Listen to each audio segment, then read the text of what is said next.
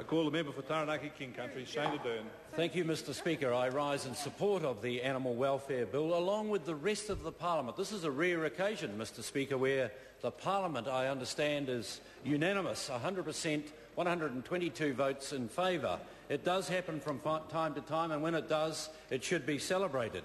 But the thing that's been interesting about the debate from the other side of the House is that I've never been subjected to so many angry speeches in support.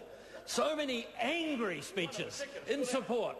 And, that's been the interesting thing. I think the Animal Welfare Bill may have just arrived in time for some of my colleagues on the other side of the House, because clearly there's something, from a cruel type of point of view, going on over there that could make them so angry when they are in support of something.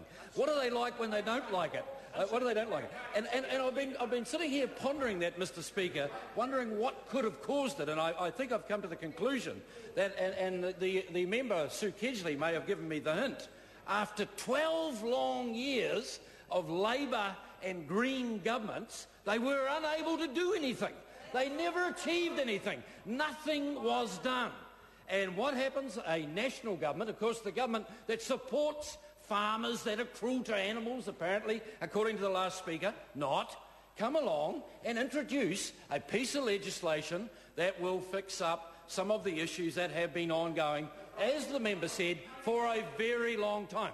That's right. In 18 months, it's already done.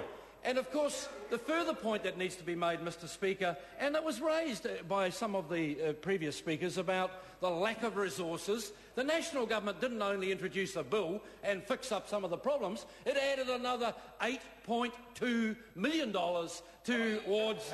towards the solving of the issue, and a lot more resources, $8.2 million. It's worth repeating, $8.2 million extra dollars to help with the fight against the cruelty to animals. Now, the member, the Honourable Damien O'Connor, who was a member of the Primary Production Select Committee, spent most of his speech talking about the sort of issues that are going on in society and what it had to do with the assistance of people in terms of what might be going on that could be seen as negative behaviour in society within people. Well, one of the things that the Honourable Damien O'Connor must not have listened to during the submission process was that it was said time and time by submitters over and over again that there is an absolute link between cruelty to animals and then further violence in society towards people. So in answer to Damien O'Connor's challenge to the House, what is National doing in the Animal Welfare Bill about the problems in society, violence towards people, social concerns?